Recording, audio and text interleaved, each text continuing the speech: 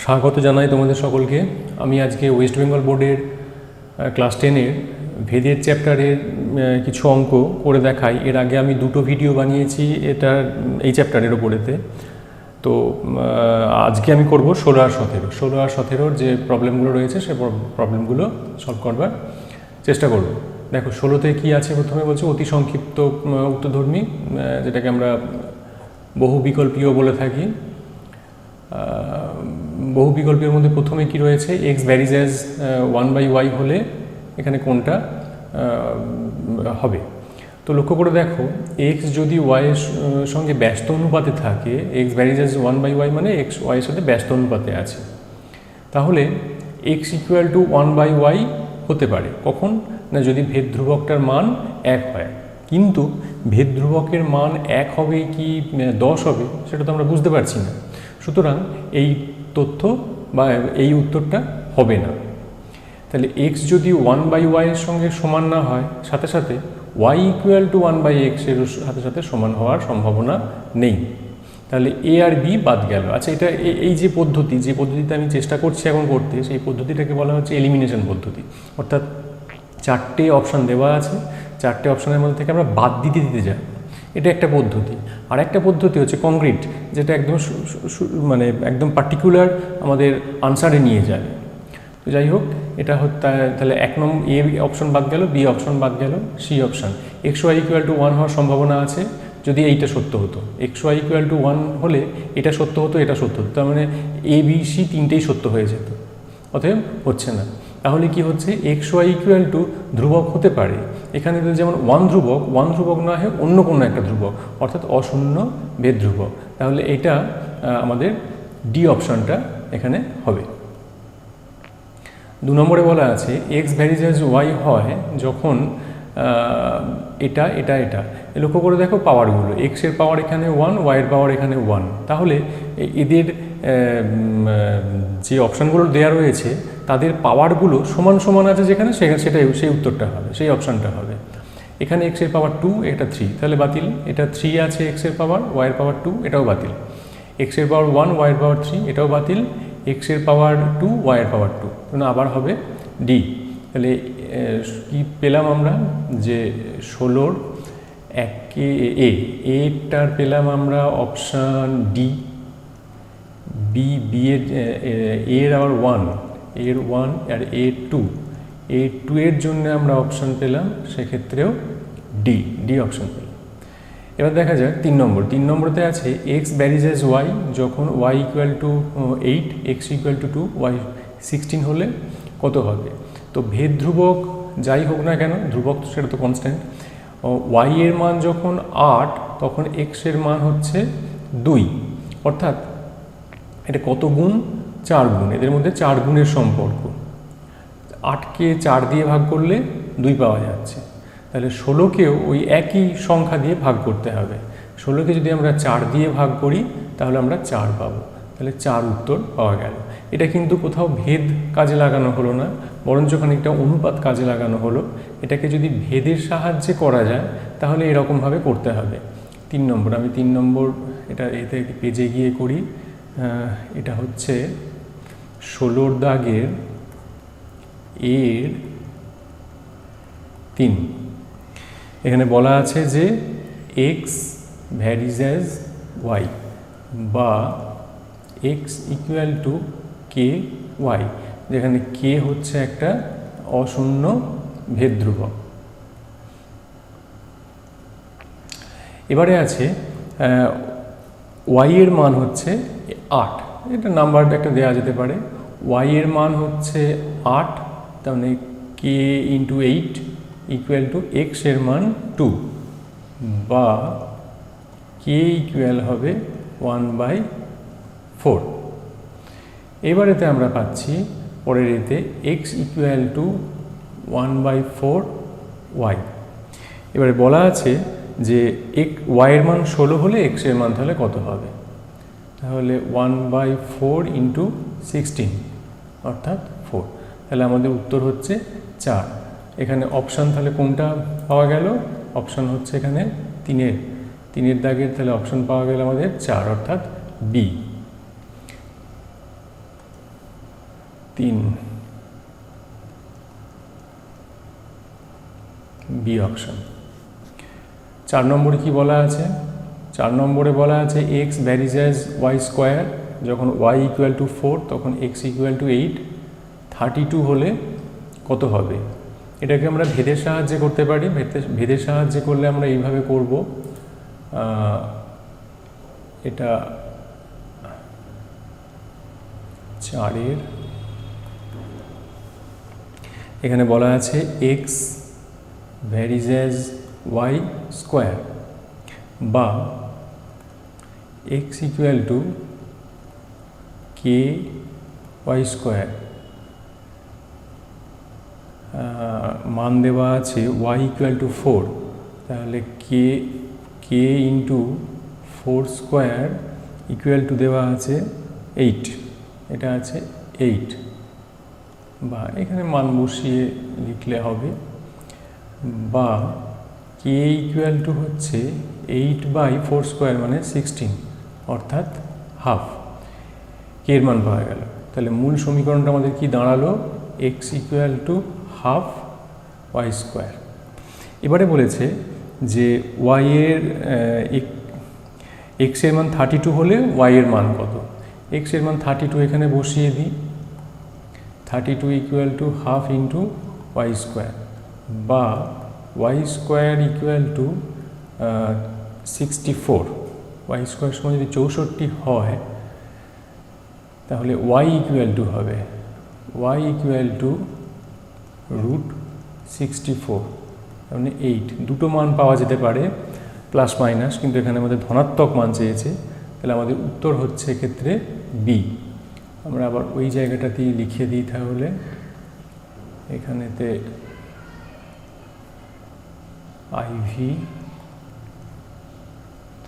Ivy হচ্ছে option B. 5 নম্বর, যদি Y minus Z varies as 1/x, Z minus x varies as 1/y, X minus Y varies as 1/z হয়, তাহলে ভেদ ধ্রুবক তিনটির মধ্যে সম্পর্ক কী? এখানে এইগুলো চক্রক্রমে আছে, y minus z, z minus x, x minus y চক্রক্রমে আছে। চক্রক্রমে থাকলে এগুলো সাধারণত 0 হয়, তো এটাও 0ই হবে। তো দেখাই, এটা হচ্ছে আমাদের 16 দাগের এর 5 নম্বর। Y minus Z varies as 1/x, বা y minus z equal to k1x, বা x into Y minus z equal to k1। আচ্ছা, পরে হচ্ছে z minus x varies as 1/y, বা z minus x equal to k2/y, বা y into Z minus x equal to k2। আর একটা আছে x minus Y varies as 1/z, বা x minus Y equal to k3/z, বা Z into X minus Y equal k3। তাহলে আমরা ভেদ ধ্রুবকগুলোর মান পেয়ে গেলাম। k1 এর মান এত, k2 এর মান এত এবং k3 এর মান এত। এবার এগুলোকে গুণ করি। এগুলোকে যদি আমরা গুণ করি তাহলে এরকম পাবো k1 into k2 into k3, মানগুলো বসাই, X into Y minus Z plus Y into Z minus X plus Z into X minus Y. এটা যদি আমরা হিসেব করি পাবো 0। তাহলে ভেদ ধ্রুবক তিনটির গুণফল হচ্ছে 0। এখানে যেহেতু অপশান আছে, অপশান এ, তাহলে এখানে আমরা লিখতে পারি যে এটা 5 নম্বর ভি, 5 নম্বরেতে হচ্ছে এ অপশান। 16গুলো তাহলে 16 এগুলো তাহলে এইভাবে গেল। বিয়েতে আছে নিচের বিবৃতিগুলি সত্য না মিথ্যা তা বলি। এখানে কি বলা আছে বিয়েতে ওয়াই ভ্যারিজ অ্যাজ 1/x হলে y/x হচ্ছে অশূন্য ধ্রুবক। এমনি যদি এটাকে করি, এই পেজে যাই, 16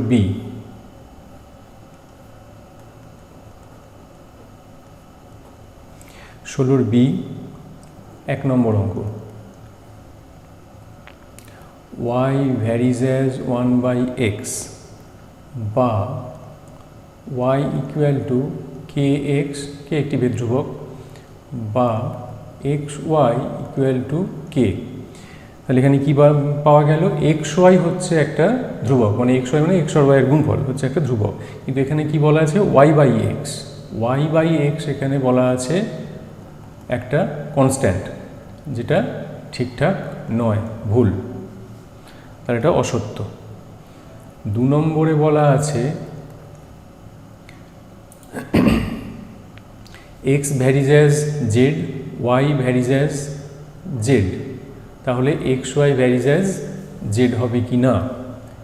x এর সাথে z এর সম্পর্ক সরল ভেদে আছে, এটাও সরল ভেদে আছে, তাহলে কি হবে, তাহলে এটা হচ্ছে 2 নম্বর, 16 বি এর 2 নম্বর, x ভ্যারিজ অ্যাজ z বা x, আচ্ছা এটাকে আমরা যদি যৌগিক ভেদের দিয়ে করে দিই সরাসরি হয়ে যাবে, আর যদি যৌগিক ভেদ না করি, যদি এমনি দেখাই, তাহলে এটাকে এভাবে করতে হচ্ছে x ইকুয়াল টু kz আর y ভ্যারিজ অ্যাজ z, তাহলে y ইকুয়াল টু lz, দুটোকে একসঙ্গে মিশিয়ে দিলে xy ইকুয়াল টু kl আর z, কারণ এই kl হচ্ছে একটা ধ্রুবক, তাহলে আমরা এখানে বলতে পারি এত।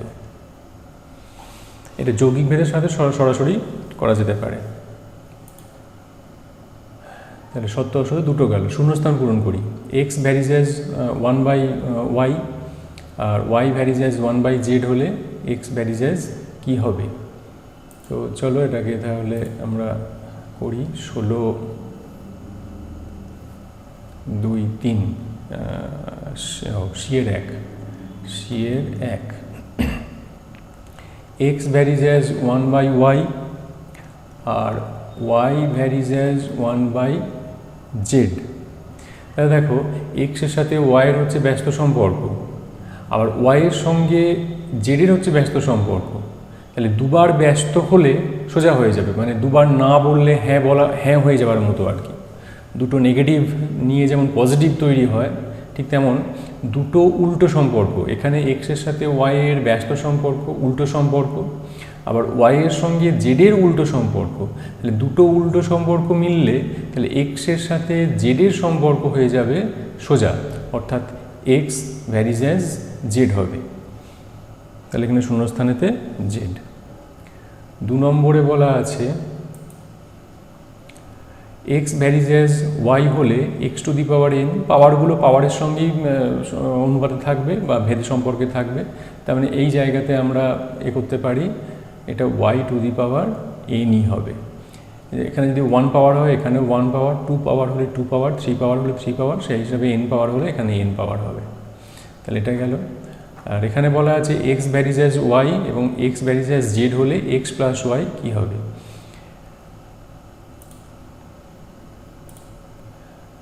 এটা হলো 4 নম্বর, সি এর 4 নম্বর, x ভ্যারিজ অ্যাজ y বা x ইকুয়াল টু ky আর x ভ্যারিজ অ্যাজ z বা x ইকুয়াল টু lz। এবারে যোগ করি, বাম দিকের সঙ্গে বাম দিক, ডান দিকের সঙ্গে ডান দিক যোগ করি। তাই যোগ করলে আমরা পাবো x প্লাস x সমান ky প্লাস lz। এই ky প্লাস lz, এখানে যদিও k আর l আলাদা আলাদা ধ্রুবক, এখানে এই দুটোকে নিয়ে একটা অন্য আর একটা ধ্রুবক তৈরি করা যায়। আমি m ধরে নিলাম, তাহলে y প্লাস জেড, এখানে হচ্ছে 2x, 2x এর 2 একটা ধ্রুবক, 2 এর কোনো আলাদা করে কোনো ভ্যালু নেই, তার মানে কি দাঁড়ালো x ইকুয়াল টু একটা ধ্রুবক ইন্টু y প্লাস জেড, অতএব y প্লাস জেডের সঙ্গে x এর সম্পর্ক হচ্ছে সরল সম্পর্ক। তাহলে আমরা লিখতে পারি অতএব y plus Z varies as x, এটাইভাবে চলবে। তারপরে 17তে আছে সংক্ষিপ্ত উত্তরধর্মী প্রশ্ন, x varies as y square, যখন y ইকুয়াল টু 2a তখন x ইকুয়াল টু a, তাহলে x ও y এর মধ্যে সম্পর্ক নির্ণয় করি। 17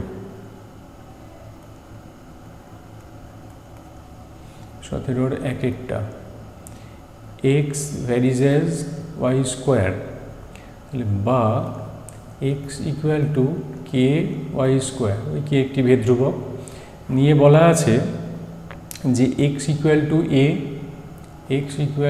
a আর y ইকুয়াল টু হচ্ছে 2a।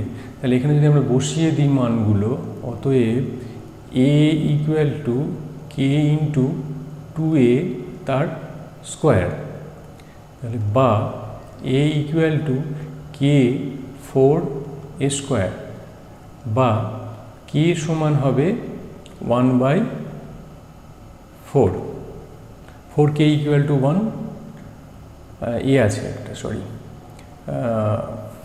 1/4a, কে এর মান পেয়ে গেলাম।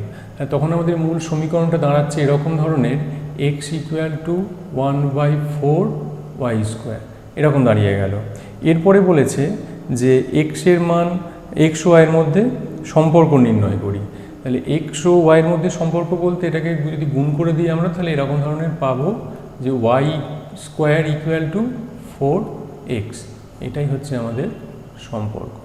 এখানেই সম্পর্ক চলে এসেছিল, দেখতে একটু কেমন, সেই জন্য এই ব্যাপার y square equal two 4x, এটা হচ্ছে আমাদের x আর y এর মধ্যে সম্পর্ক। এরপরে 2 নম্বরে বলা আছে x varies as y, y varies as z, z varies as x হলে ভেদ ধ্রুবক তিনটির গুণফল নির্ণয় করি। তো চলো এটাকে এভাবে করা যাবে। 17/2 x ভ্যারিজ অ্যাজ y আছে, বা x ইকুয়াল টু k1y, বা k1 ইকুয়াল টু x/y। ঠিক ওই একইভাবে সবগুলি হবে, বারবার আর লিখছি না। তাহলে k2 ইকুয়াল টু হবে y/z, আর k3 হবে z/x। এবার যদি গুণ করে দেওয়া হয় k1 into k2 into k3 equal to x/y into y/z into z/x, তার মানে 1। তাহলে এখানে বলেছে ভেদ ধ্রুবক তিনটির মধ্যে তিনটির গুণফল নির্ণয় করো, ভেদ ধ্রুবক তিনটির গুণফল হচ্ছে 1, এটা এইভাবে করা যাবে। x varies as 1/y, y varies as 1/z হলে x ও z এর মধ্যে সম্পর্ক কী সেটা নির্ণয় করতে হবে। তাহলে আবার সে আগের একটা অঙ্কের মতো, এখানে কোথায় একটা করলাম সেই অঙ্কের মতো, x y এর সঙ্গে ব্যস্ত ভেদে আছে, আবার y z এর সঙ্গে ব্যস্ত ভেদে আছে। তাহলে দুবার ব্যস্ত ভেদ, এখানে উল্টে যাচ্ছে, দুবার উল্টে গেলে সোজা হয়ে যাবে। তার মানে হচ্ছে x এর সঙ্গে z এর সম্পর্ক হবে সরল, x এর সঙ্গে z এর সরল সম্পর্ক, এইটা হবে। আচ্ছা, এরপরে আছে x ভ্যারিজ অ্যাজ yz আর y ভ্যারিজ অ্যাজ xz হলে দেখায় যে z একটি অশূন্য ধ্রুবক। x yz এর সঙ্গে সরল ভেদে আছে, আর y zx এর সঙ্গে সরল ভেদে আছে, তাহলে z কে দেখাতে হবে অশূন্য ভেদ ধ্রুবক।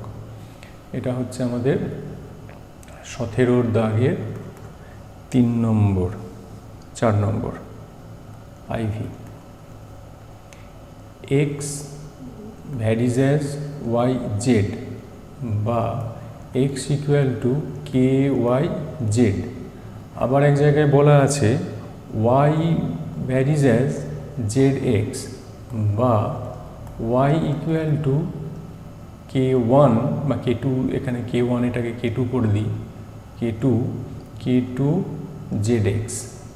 এবার এতে ওই ওয়াই এর মানটাকে এই যে এই মানটা এখানে বসিয়ে দিই, তাহলে অতএব X equal to K one, Y এর যে মানটা সেটা হবে কে টু জেড এক্স। উভয় পক্ষের এক্স কেটে গেল, তাহলে পড়ে রইল one equal to K one k two z, বা z equal to one by k one k two, অতএব ধ্রুবক কনস্ট্যান্ট, অন্য কিছু একটা লিখে ফেলি কনস্ট্যান্ট এম। তাহলে জেড হচ্ছে একটা অশূন্য ভেদ ধ্রুবক, এটাকে এইভাবে করা যাবে। এরপরে বলেছে B varies as A cube, তাহলে এর বৃদ্ধি যদি 2:3 অনুপাতে হয় তাহলে বি এর বৃদ্ধির অনুপাতটা কি হবে? যেহেতু এটা ঘন ঘন ঘন অনুপাতে আছে, ঘন আকারের অনুপাতে আছে, ভেদে আছে, সুতরাং বি এর বৃদ্ধির অনুপাতটাও এদের ঘন অনুপাতে হবে। এটাকে করতে হবে এরকমভাবে,